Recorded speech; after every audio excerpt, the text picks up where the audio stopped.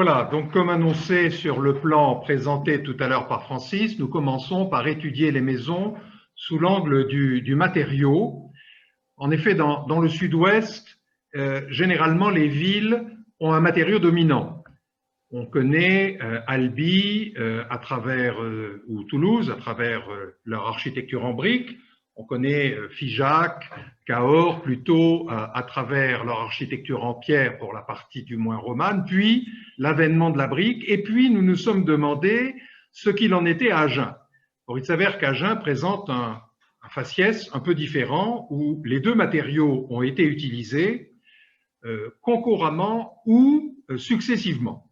Donc nous verrons d'abord la construction en pierre, ensuite la construction en brique, et chaque fois en allant du particulier au général, c'est-à-dire en partant d'abord d'une monographie, puis en étendant les raisonnements à un petit corpus, celui que nous avons repéré, voire à des comparaisons au sein de la Genée.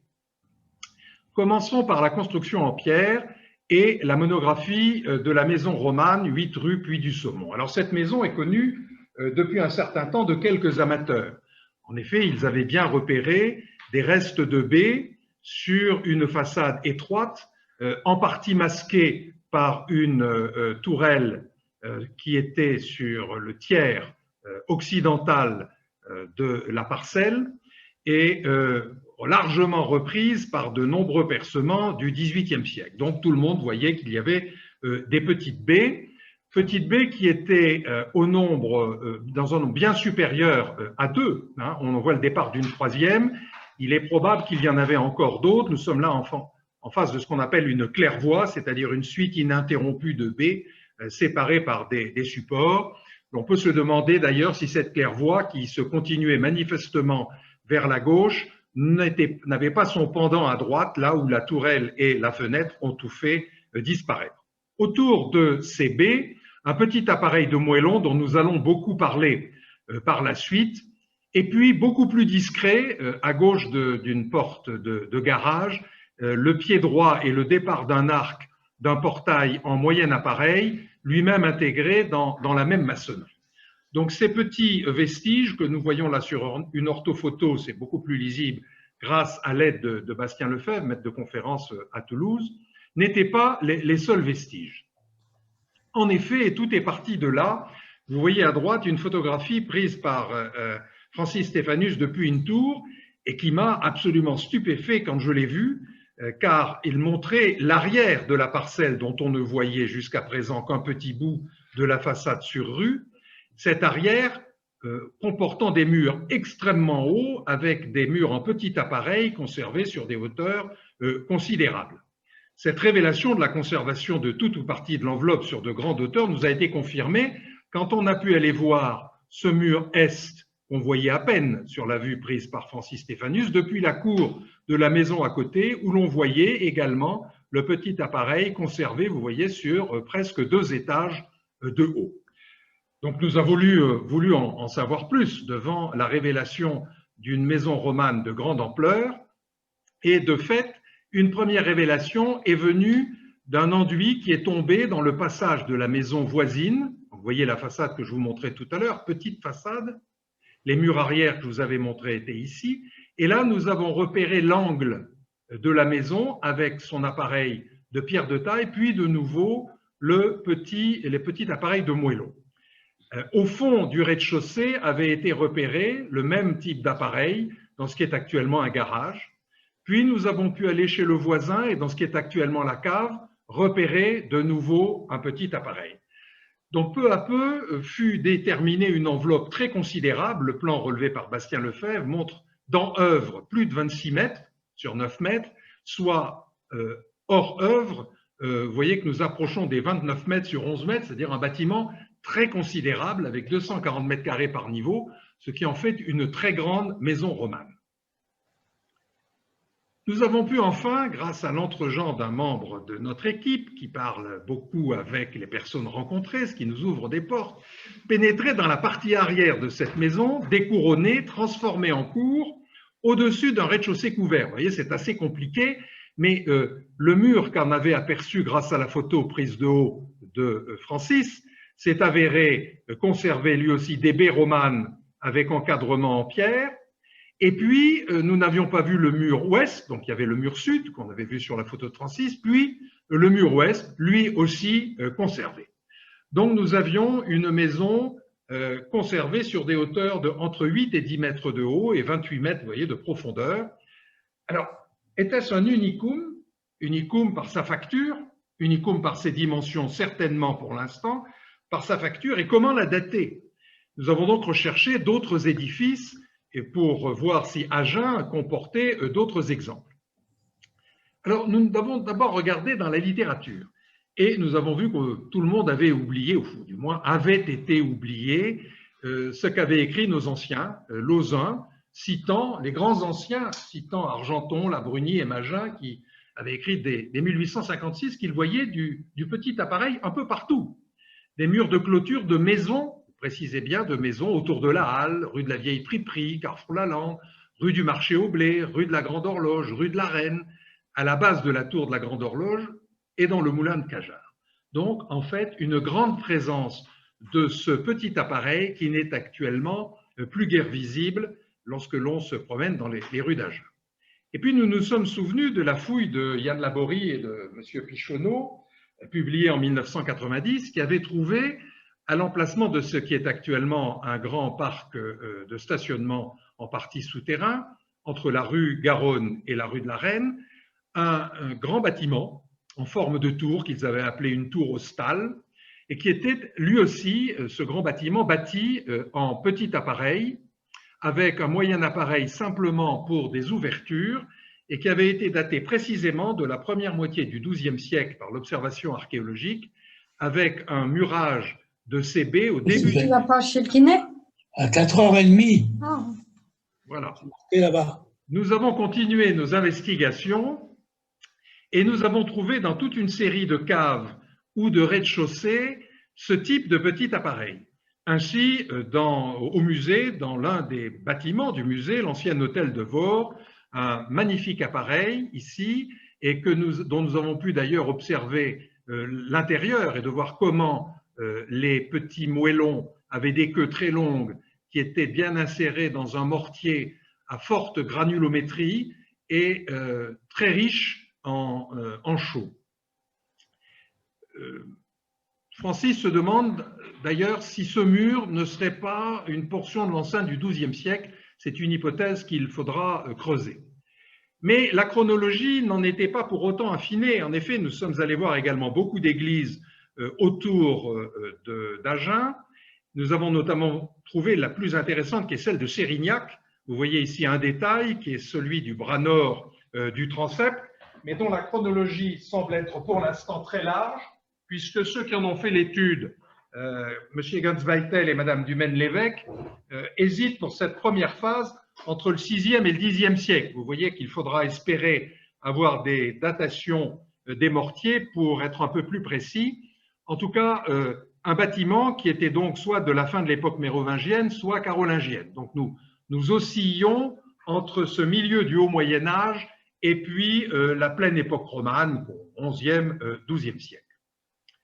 Donc, un unicum, je le répète, il y a peu de bâtiments de cette taille connus dans le sud-ouest, en petit appareil et de grande taille. Il n'y a guère qu'à Périgueux, que l'hôtel des Périgueux, fondé sur la porte de Mars, ancienne porte de l'enceinte gallo-romaine, et puis l'hôtel d'Angoulême, conserve des grands bâtiments en petit appareil. Sinon, on ne connaît pas d'autres exemples que la maison romane d'Agen, de la rue du Puy du Saumon, dont la datation devra être encore affinée, mais que nous pouvons estimer entre l'extrême fin du XIe siècle et le début du XIIe siècle.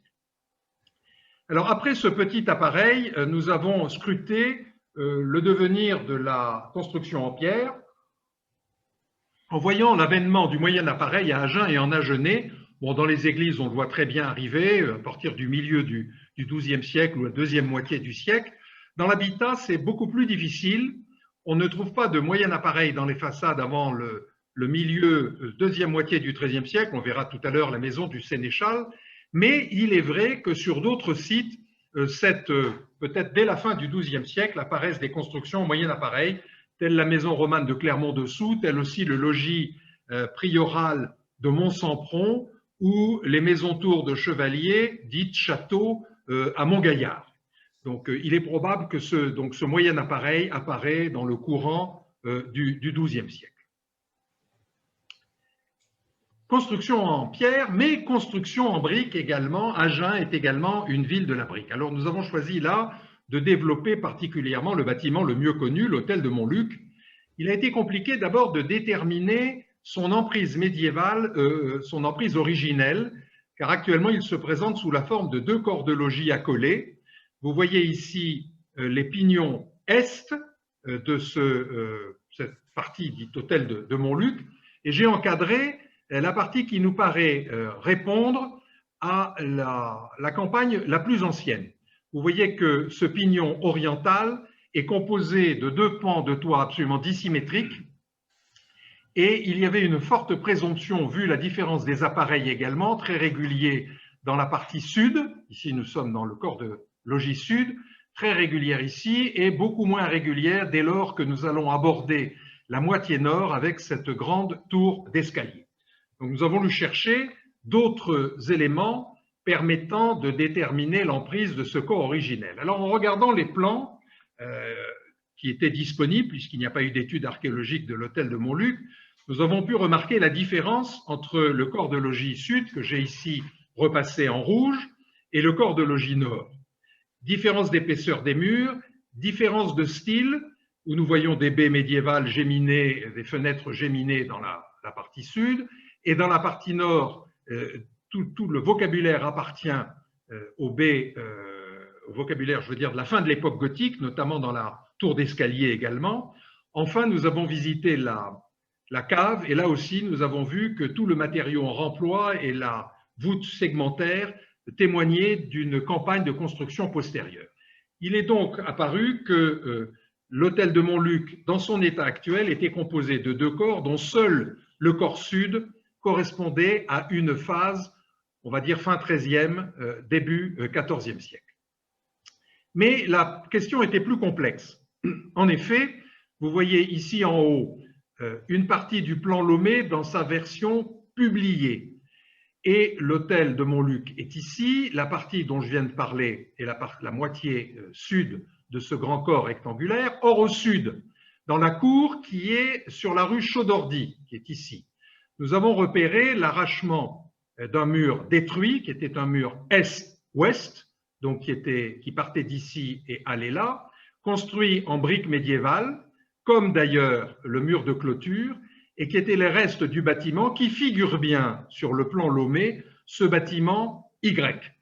Il y avait donc un bâtiment médiéval qui fermait la cour de l'hôtel, la cour sud de l'hôtel de Montluc, et qui affrontait la rue Chaudordy. Ça, c'est pour le sud.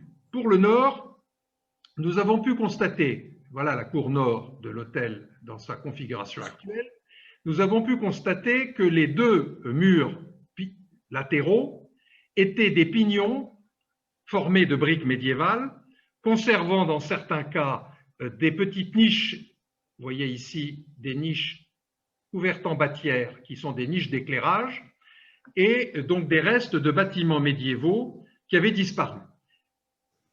Alors comment est-ce que je fais là? Je mets... Alors ces bâtiments disparus avaient une forme qu'il est difficile de restituer actuellement, soit un grand bâtiment longeant complètement entre les 2 pignons la rue des Juifs, soit 2 bâtiments beaucoup plus étroits. Toujours est-il que dans la cour nord de l'hôtel de Montluc, il y avait également des bâtis médiévaux, ce qui a été confirmé par une information donnée par la suite par le conservateur du musée des Beaux-Arts, qui lors du percement de tranchées avait observé des restes médiévaux. Donc, vous voyez que dans l'emprise de ce qu'est actuellement l'hôtel de Montluc, il y avait non seulement un corps médiéval au centre, mais un corps en limite sud et un ou des corps en limite nord. Cet îlot est en fait encore beaucoup plus riche en vestiges, comme vous allez le voir sur les parties que je vais décrire maintenant, qui sont situées plus à l'est. Nous avons pu, d'abord, un mot quand même sur la façade conservée de l'hôtel de Montluc, qui est une construction assez particulière quand on la compare aux constructions en briques que nous connaissons bien de Gaillac à Albi ou à Cahors. En effet, c'est une construction plutôt sévère, peu ornée, avec très peu de pierres. Il y a juste quelques cordons et puis une partie des roses. Sans colonnettes, nous voyons à gauche une photo avant travaux, une photo des archives des monuments historiques qui montre qu'il n'y avait pas de colonnettes, qu'il y avait des supports d'un format bizarre que l'on connaît peu, qui ont d'ailleurs été transformés. Actuellement, ils ont une section polygonale alors qu'ils étaient à section carrée avant. Et puis, les seuls décors étant composés par ces roses, importantes en revanche, et par les moulurations, des cordons d'appui qui règnent sur la largeur de la façade, et des petits cordons d'imposte, et surtout par cette belle résille d'arcature, alors qui pour le coup est raffinée. Si un jour vous retournez à l'hôtel de Montluc en ouvrant les fenêtres, vous pourrez regarder le profil des briques moulées qui constituent ces arcatures, qui sont concaves avec un profil très développé, qu'on retrouve par exemple à la maison de la Taverne à Caussade, mais que l'on retrouve peu en Agenais où les profils sont plus sévères. Passons donc, comme je le disais, dans la parcelle voisine du 6, en fait c'est le 6-8 rue des Juifs. Et là, nous avons pu constater également un grand nombre de vestiges. Ce que j'ai appelé corps A, donc vous voyez ici un placard mural, une petite niche, le niveau d'un plancher, hein, c'est ce bâtiment qui est ici, et vous voyez qu'il y avait effectivement sur le plan Lomé un bâtiment conservé. À côté, le plan B, ici, conservé sur Lomé et barrant même la cour, eh bien, nous avons de nouveau un mur médiéval avec niche et niveau de plancher. Nous avions donc là probablement une suite de bâtiments reliés au corps C. Souvenez-vous, il y avait ici un pignon dont j'ai parlé à l'occasion de la description de la cour nord de l'hôtel de Montluc. Donc toute une série de constructions en enfilade, hein, bordant la partie occidentale de cette grande parcelle.